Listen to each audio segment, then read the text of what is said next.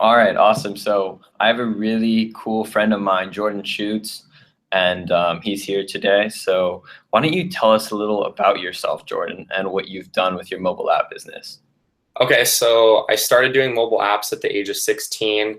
I just made games and I released them on the Android store and on iOS, and then later on for like the Wii U, the Barnes and Noble Nook, etc. And I just made these games. They were quite popular. I got over 500,000 downloads on my applications, and I made some good money and I ended up paying for college. And so that's basically what I did. I did it for quite a few years. It was a lot of fun, and I just had like a great time doing it.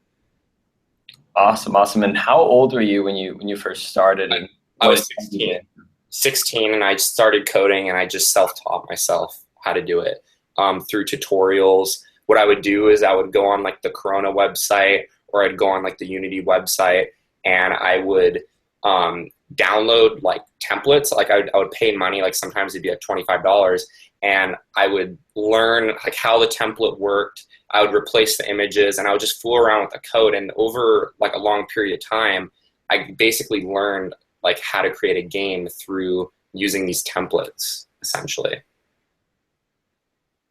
Yeah, yeah, awesome. So I met you online, and then you told me about coming to this Corona and then network from there and work with Angela. So why don't you give us a little information on like how networking has impacted you and in terms of just working with others and someone like Angelo as a mentor? Dude, networking is definitely, I think, the key to success when it comes to mobile development, because when I started, like, I was all alone, like, and I didn't know how to code. I didn't know how to do anything. And what allowed me to like progress and get better at coding was meeting up. And so what I did is I like went on these forums and I just reached out and I was like, hey, like, is anyone from the Bay Area? Do you guys want to meet up and like code share? And so Angelo, he did say yes, and we ended up meeting up at a coffee shop, and we started coding together. And through coding with others, I learned a lot of tips, and I learned like how to make my game successful, and just a lot of marketing strategies. And just when you network with other people, you learn what works for people and what doesn't work, and then that allows you to create your own strategy. And that's, I think, what allowed me to succeed, is I was able to see what other people were doing right, and I was able to see what other people were doing wrong. And I would have never got that knowledge if I didn't network and I didn't meet up with all these people in the industry, because I just think that that is one of the most important parts to becoming a successful app developer. Of course, of course. So what apps did you create? What platforms did you release them on? How long did these apps take to make? So I just like I didn't have much success on the Android market, but when my big successes were on the Barnes and Noble Nook and on the Nintendo Wii U, and I created like dozens of applications for the Barnes and Noble Nook. One of my most popular, it was like an IQ test where it was a trivial puzzle game for kids, and that was really successful. And then I made like other applications as simple as like a gun app. I made a multiplayer drawing game. So I just really explored in a bunch of different genres. And my games were successful because I was on a platform at the time that was like a new platform, and there weren't many applications built for it. And then later on, same with the Wii U, there weren't many developers or games on the Wii U. So I ported IQ Test to the Wii U since I already knew how successful it was on other platforms. And that did very well on the Wii U, along with a few other new games like Meme Run, which is like a game based off internet memes, which was very successful, and tons of YouTubers played it.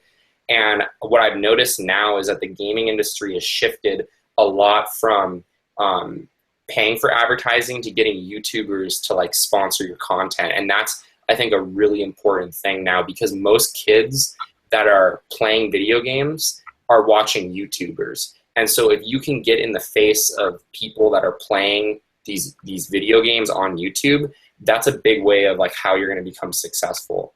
So like for any like new developers out there, if you have a game, give it to YouTubers for free, because that's how you're going to get exposure. And it's honestly the cheapest and most effective way to get advertising. Yeah. So in terms of, you said you didn't have much success on Android, but you did have a few 100,000 downloads, so that's quite a lot. But in terms of money, so you did make most of your money on Nook, Kindle, Wii U, Yeah. and so why don't you tell us a little about those apps, a little more, just in terms of like how long it took to make and how long Yeah. it took to learn. So like with IQ tests, it probably took me about 2-3 weeks of just like sitting down in front of my computer and coding. But you also have to keep in mind that I had previous experience making other applications before that. So it was slightly easier, but that included like the time to make the assets and everything else. To create something for the Wii U, that took a lot longer because it was much more intensive and their APIs are much more difficult. But in terms of like creating an Android application, like it was pretty trivial, especially with like software like Corona. It made it really simple. So like something like IQ Test, that did hit the top charts, right? Yeah. On the Barnes & Noble Nook, I think it was like the #2 top selling app, I think, for quite a while.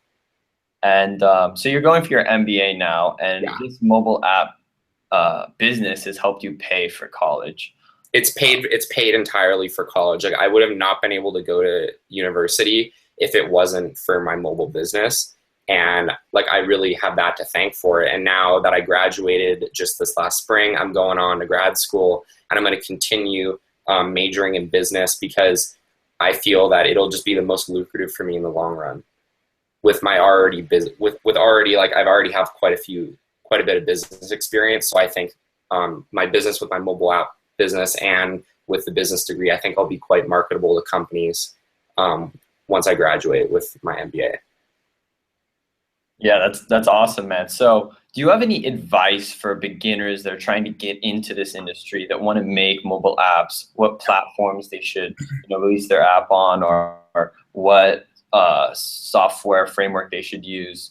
Because a lot of people don't know how to get into it, and that's the hardest part, just like going through that initial barrier. Yeah. So do you have any recommendations just for someone to begin into this? I do actually.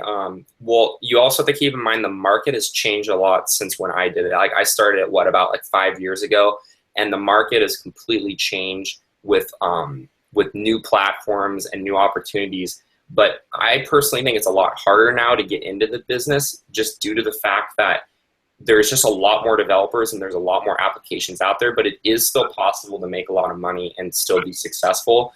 My recommendation is find a platform that you want to develop for that doesn't have a lot of games or applications on it currently, and really focus on that, because in order to get exposure and stuff like that, you want to have not that many applications released for that platform. So platforms like the Xbox One, the PS4, like the Wii U are pretty good platforms right now because they're new. Now, if you can get on like the new 3DS or like the new Nintendo console that I think is going to be coming out in a year or two, getting on those new platforms is really imperative, because if you can create an application for one of those platforms, you have a potential to make a lot of money.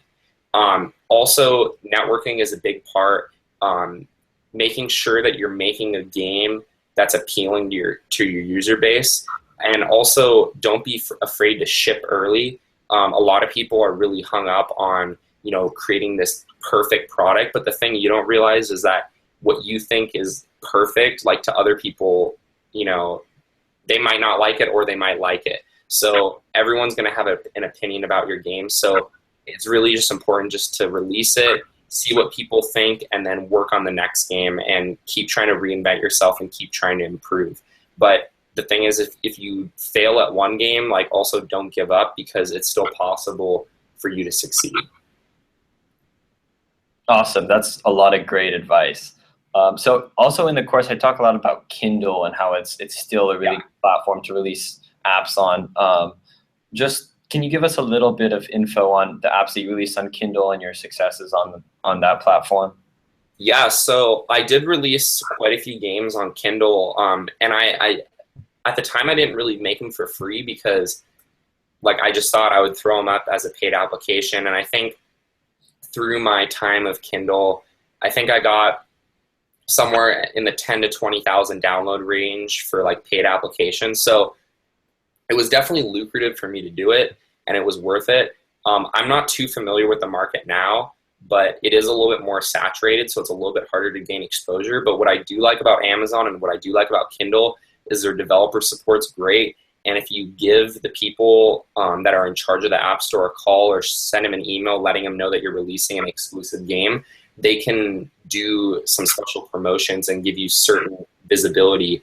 And that's just a big part of learning how to become a good developer is don't just release it, but also reach out to the people that work at the companies, reach out to people that work at Nintendo, Amazon, get to know the representatives because they can help you make your game successful, and they can also give you visibility that you wouldn't normally be able to get if they don't know you or don't know your name, for instance. Awesome. Thanks a lot, Jordan, for all this information, all this advice. You gave a lot of really good advice, and your story is always really amazing. Thank you. So I really appreciate it, and I'll talk to you later. All right. Bye, Michael. All right. Have a good one, man.